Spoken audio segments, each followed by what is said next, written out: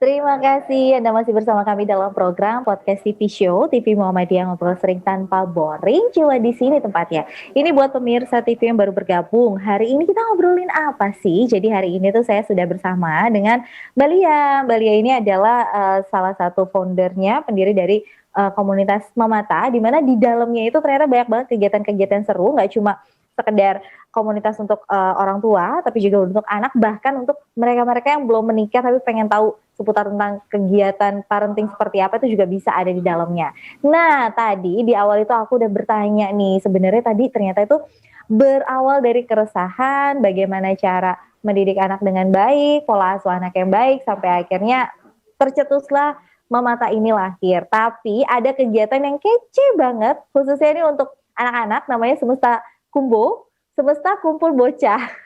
Berisi dari di mana anak-anak itu benar-benar seperti bekerja menjadi seorang reporter dan produser, bahkan bisa sampai wawancara, bisa sampai ngedesain dan segala macamnya. Aku tuh patut apresiasi.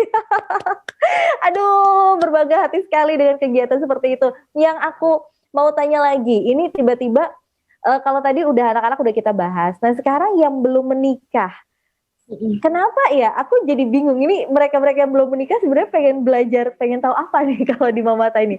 Ruang belajar seperti apa yang akan mereka dapat gitu? Jadi gini, kalau di Mamata itu kegiatan-kegiatannya biasanya kalau misalnya kita udah selesai ikutan kelas, kita tuh ada grup WhatsApp yang bisa mereka ikuti. Nah, di grup WhatsApp itu isinya semacam kita keluar main lah ya kalau di sekolah. Kayak pendalaman materi, belajar kelompok sama teman-teman yang udah saling belajar, tapi nggak ada gurunya gitu. Jadi biasanya kalau di grup WhatsApp itu apa yang tadi kita nggak ngerti di kelas, di pelajaran itu kita bahas nih gitu. Nah, karena di kelas itu lebih banyak apa ya, lebih banyak ibu-ibu, lebih banyak yang udah nikah, jadinya pembahasan atau pertanyaan dari teman-teman saling belajarnya itu lebih banyak bicara soal anak. Padahal secara umum materi yang kita pelajari biasanya berhubungan sama dunia perilaku, sama ilmu perilaku gitu kan. Secara umum bagaimana kita bisa menjadi orang yang dewasa mental, nggak cuma jadi orang gede aja, bagaimana kita nggak adu menang dan lain sebagainya yang bisa diterapkan di apa ya, di dunia kerja, di dunia sosial atau pertemanan gitu. Nah, jadinya teman-teman yang single ini tadi merasa kayaknya kita perlu deh bikin satu ruang yang bisa ngobrolin hal-hal yang konteksnya nggak soal anak-anak aja, tapi bicara soal keseharian, bicara gimana caranya, kan kalau di yang barengan sama ibu-ibu nih, ngomongnya kan mertua mau datang, terus gue kesel banget, capek banget nih pasti, harus gimana misalnya gitu. Nah tapi kan teman-teman yang single itu lebih kepengen, aduh bos gue ngebetein banget gitu.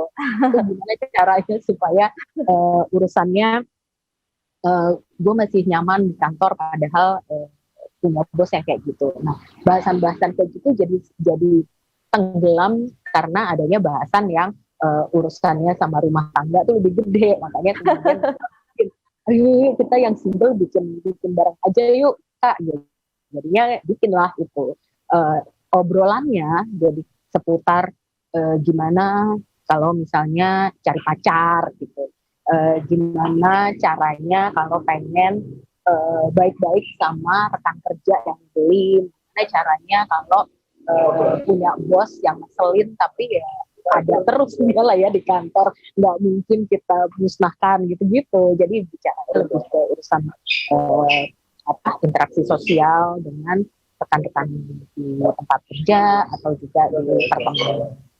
Oke, jadi sebenarnya berdasarkan obrolan-obrolan ringan, tapi keseharian gitu ya.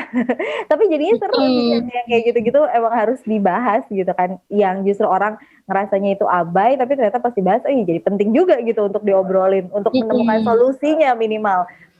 Benar-benar, karena kan sebenarnya segala sesuatu itu kan pasti hubungannya sama perilaku kan, makanya jadi dan itu tadi apa namanya, teman-teman merasa kayaknya yang perlu belajar diri sendiri dulu deh gitu. Jadi mereka merasa pengen deh belajar ini lebih dalam lagi, tapi nggak barengan sama teman-teman yang udah menikah dan punya fokus yang agak beda gitu. Nah, karena teman-teman yang single ini apa ya, baru mulai belajar, jadi akhirnya kami tuh punya satu guru yang mengikat kami semua sebenarnya. Ada satu guru, ada seorang psikolog yang biasanya memang jadi tempat curhat kami, tempat cari kamus gitu ya, cari kamus tuh cari nanya-nanya lah pendapat gimana kalau misalnya menghadapi situasi ini dan itu. Nah, kalau di grup yang tadi di Mamata, nama grup WhatsApp-nya itu Buka Hati. Nah, kalau di grup Buka Hati itu kita udah kayak kelas bermain doang, uh, apa uh, waktunya keluar main gitu. Tapi kalau di single zone itu akhirnya teman-teman itu merasa masih punya kebutuhan untuk bisa dibimbing sama guru ini gitu. Jadinya si om psikolog ini ada di grup itu dan mereka belajar bareng setiap hari. Oke, berarti sebenarnya waktu belajarnya itu memang nggak ditentukan ya. Tadi kan Kalia bilang ini tuh belajarnya setiap hari. Terus kalau yang anak-anak tuh tadi ada. Berarti ini kita bisa curhatnya kapan aja atau gimana? Ya. Kalau curhatnya bisa kapan aja. Kalau yang belajar ditentukan itu biasanya per topik. Kalau misalnya kita butuh topik tertentu gitu, atau ngebahas perilaku tapi dari film gitu kan. Misalnya ngebahas perilaku dari film. Belakangan nih lagi sering nonton drama Korea nih kami semua, jadi bahas dari It's Okay Not to Be Okay misalnya gitu, atau bahas dari gitu, gitu sih. Bahas ya. Oke. Nah ini kalau misalnya kita mau jadi anggota, itu gimana caranya? Boleh nggak sih? Atau ada syarat khusus kah untuk kita menjadi anggota di sana atau seperti apa?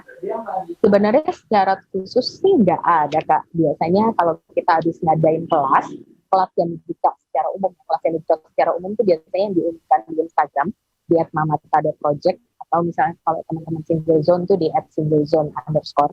Nah itu setelah kelas biasanya bisa ikutan, bisa gabung. Untuk yang single zone, kalau mau belajar sih boleh-boleh aja DM langsung ke Instagram. Tapi kalau mau ikut yang mau ikut yang ikutan istirahat, belajar kelompok bareng di yang Mamata, itu tadi biasanya ikutan kelasnya dulu. Kenapa kok ikutan kelasnya dulu? Supaya kita punya satu frekuensi sih sebenarnya, Kak.